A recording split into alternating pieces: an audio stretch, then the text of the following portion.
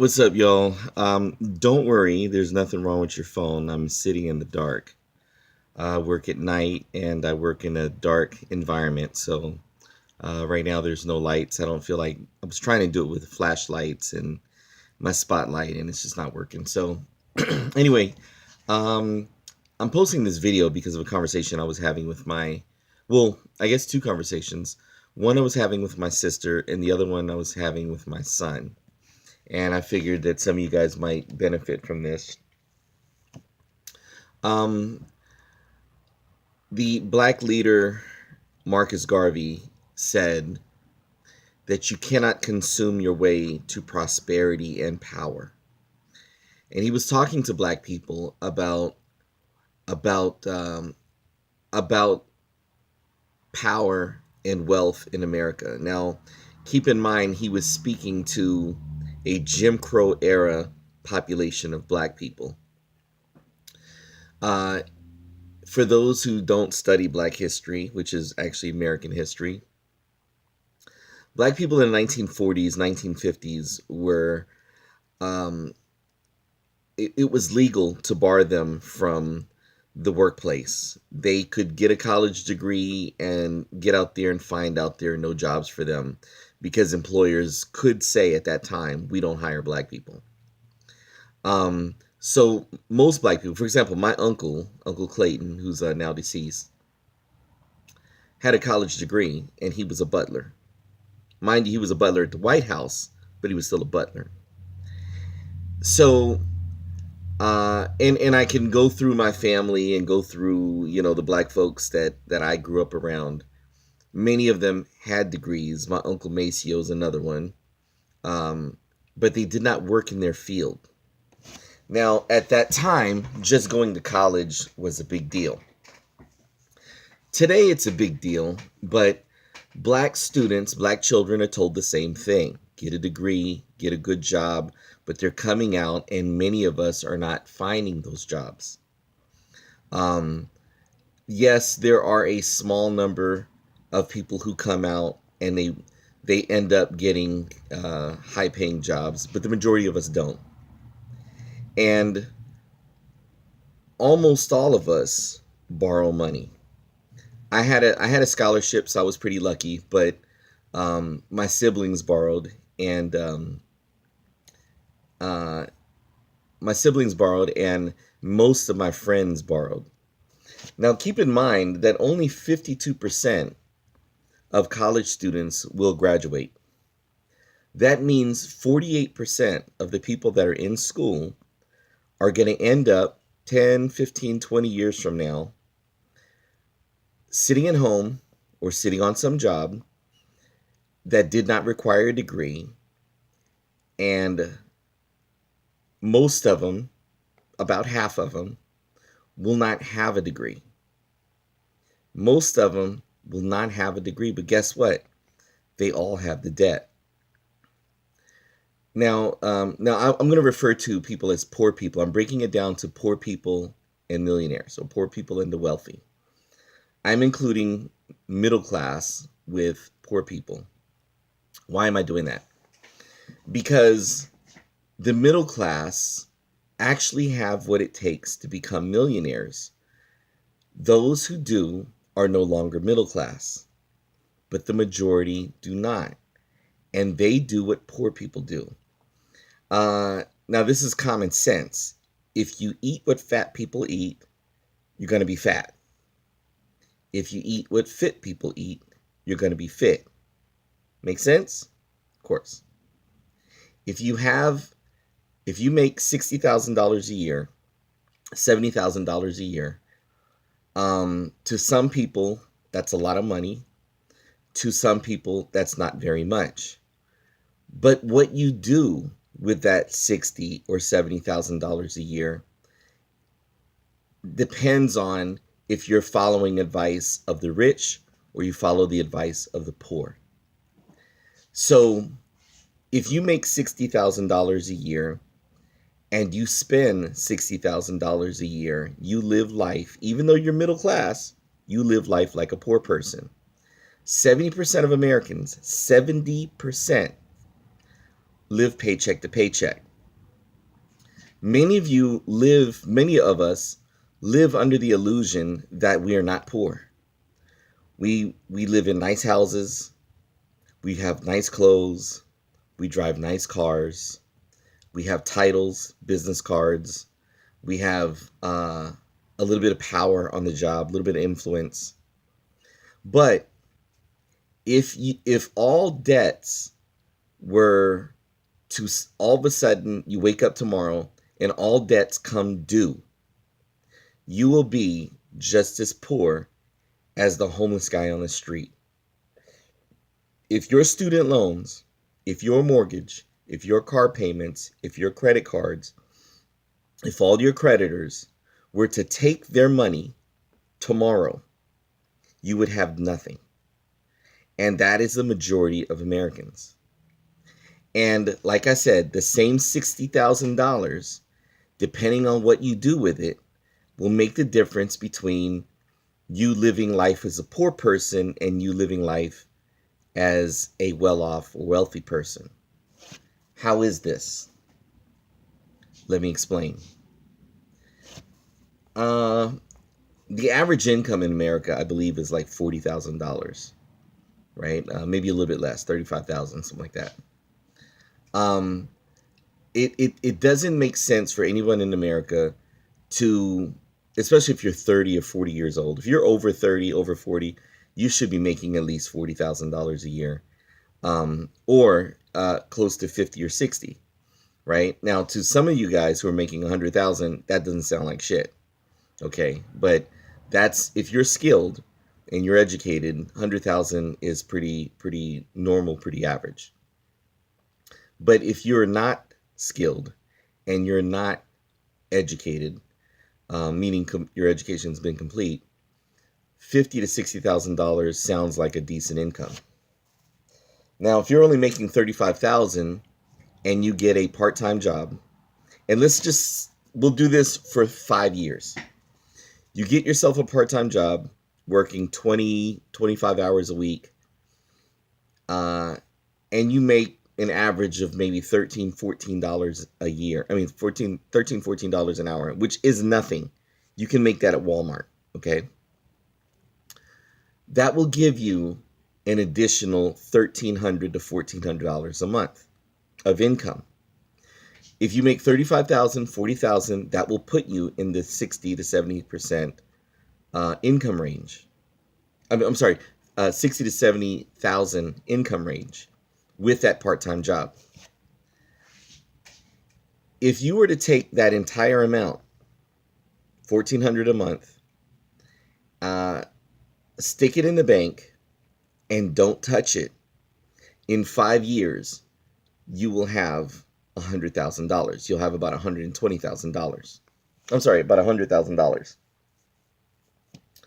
Okay. At that point, we're just talking about 5 years. Most people don't have the discipline. They don't have the patience to stick it out like that. Most people have a very low level of pain tolerance. They cannot be inconvenienced. If you're driving a car and it's getting older and you're clunking down the road, you're wondering if it's going to break down, things like that. Most of us, most middle class people, will go down to the dealership and they'll buy another car. In a recent poll, the average car note is $501 a month. $500 a month. $500 a month times 12 months is about $6,000 a year. In 5 years, that's $30,000. Okay, over the course of your career, let's say you work for 25, 30 years, that's well over $100,000 that you're spending just on car notes. Now, I'm going to make the argument that, because I'm against car notes.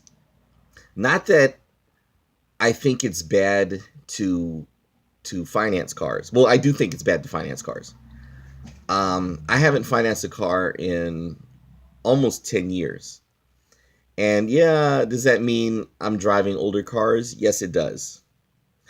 Um, uh, Not too long ago, I read a poll or an article based on some polls of millionaires.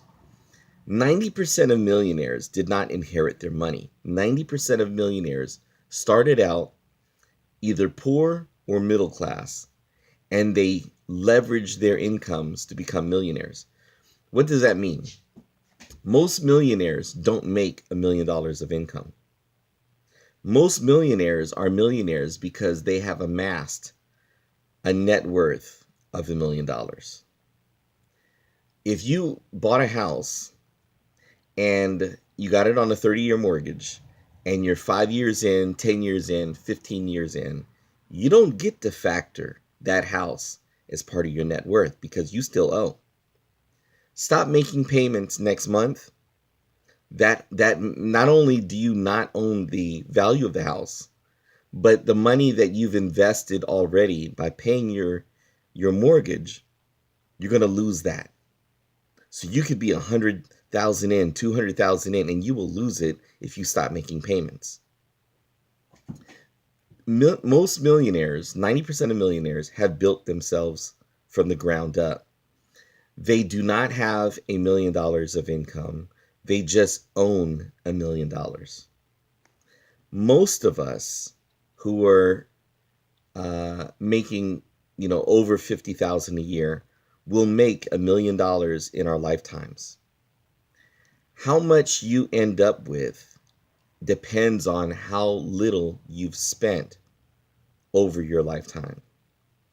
And I guarantee if you take the last 30 days of bank activity, just try this.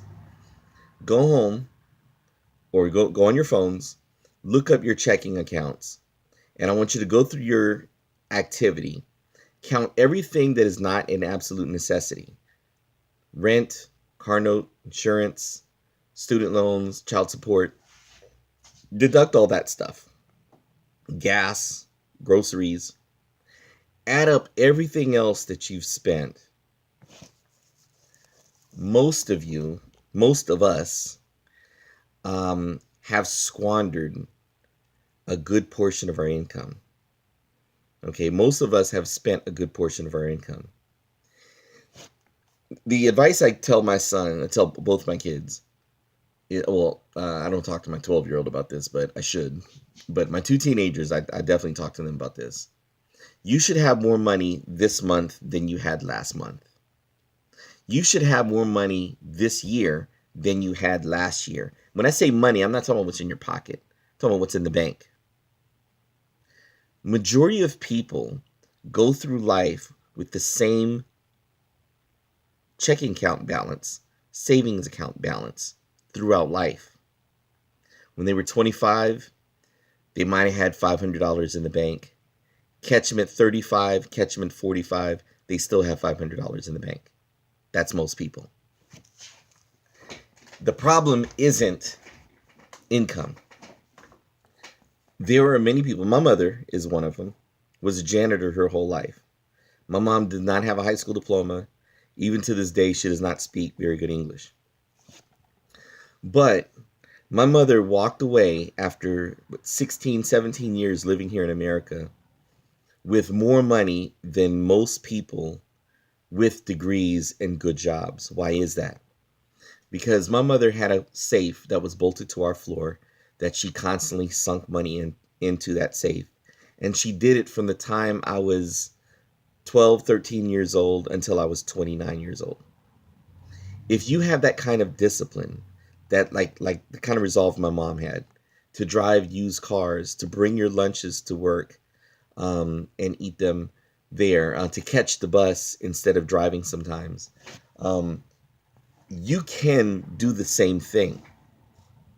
Most of us, and especially when you start getting,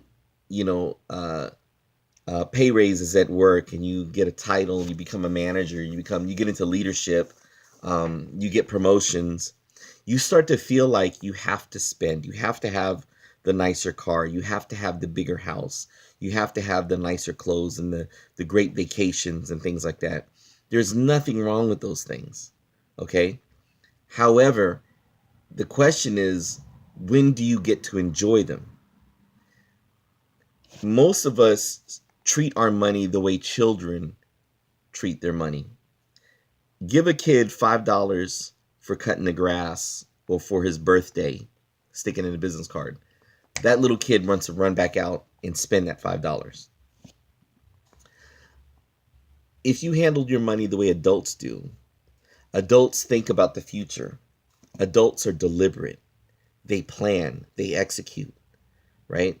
They think of the responsibilities. Children do what feels good.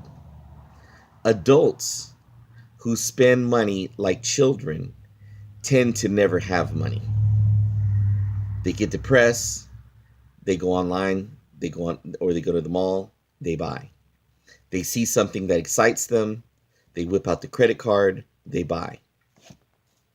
What you end up with is someone who makes $60,000 a year, who spends $60,000 a year.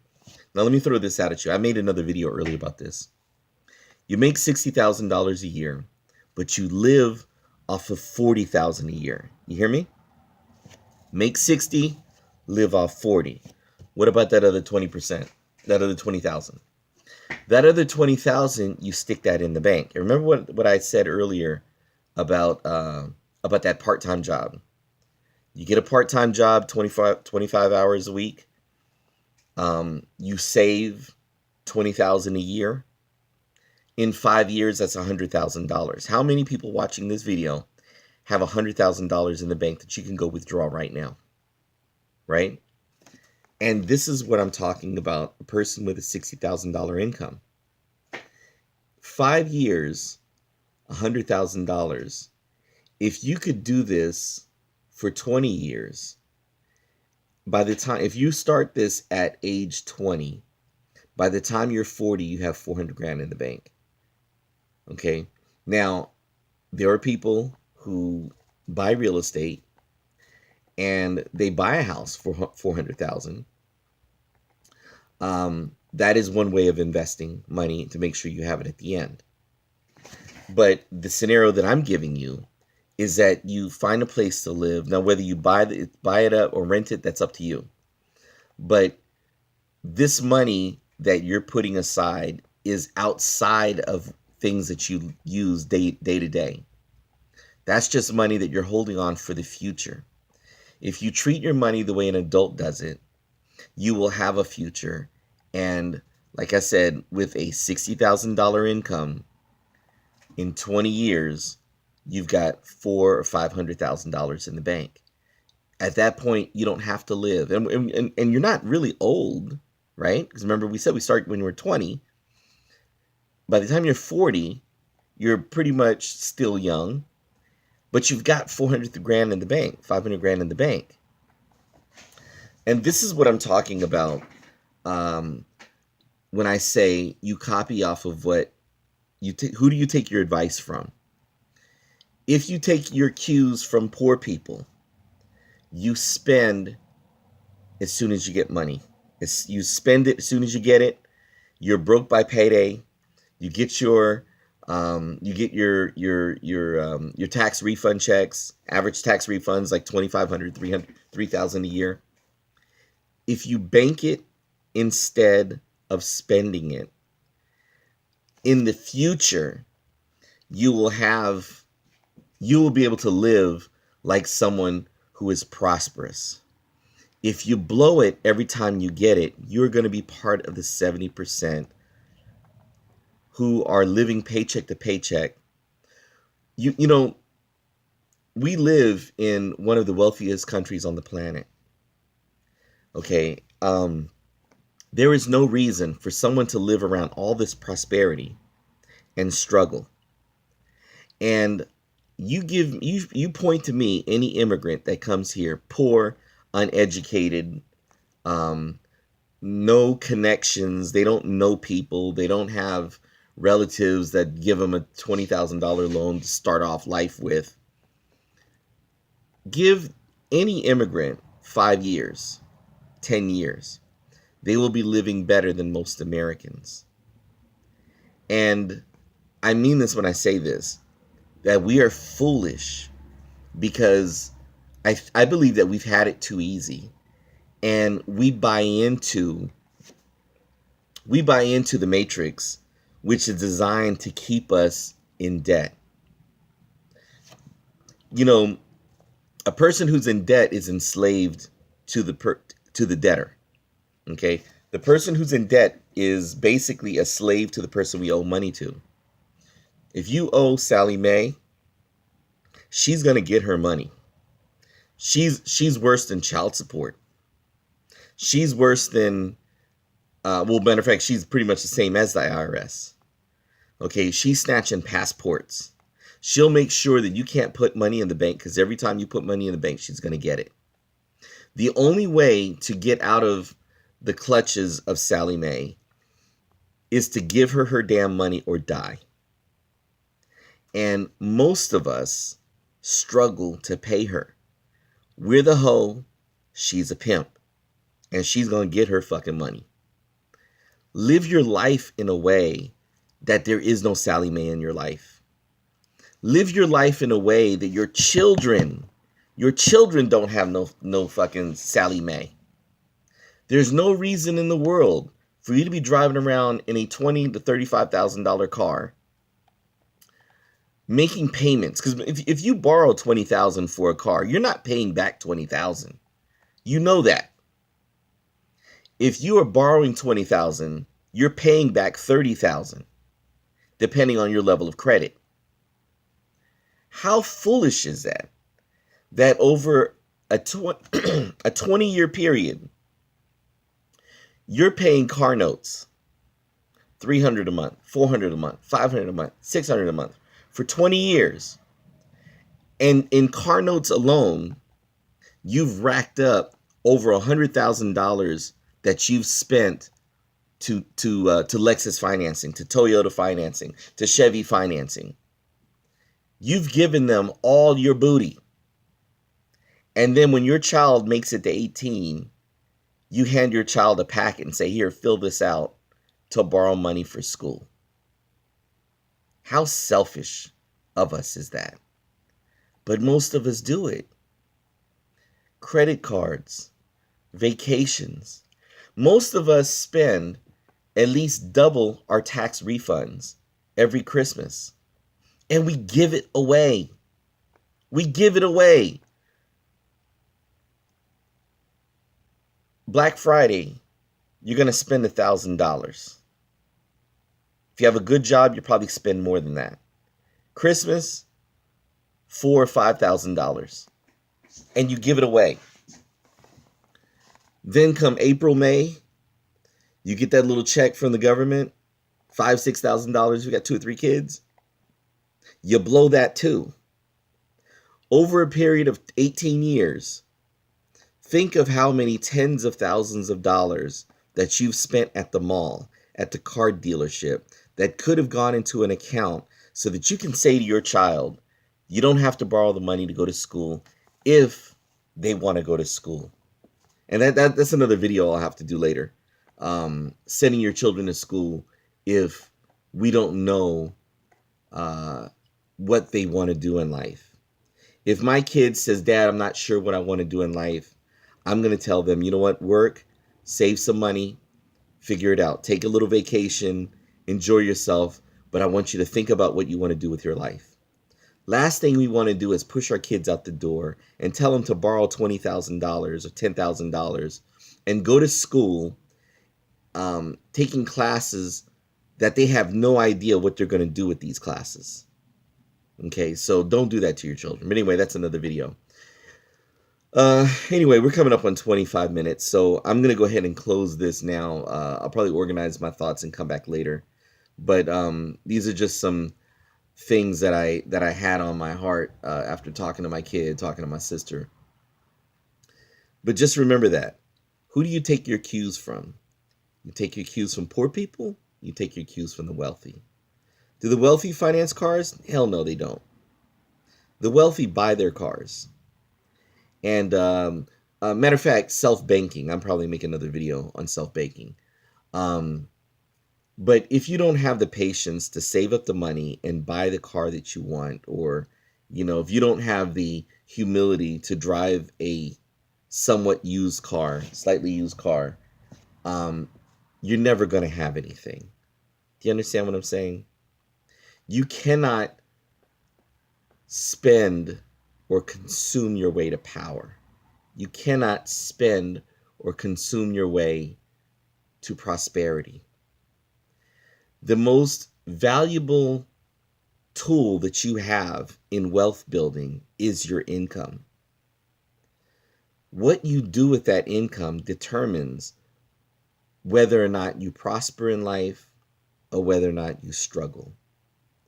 The majority of us struggle, whether you make $35,000 a year, $70,000 a year, $100,000 a year.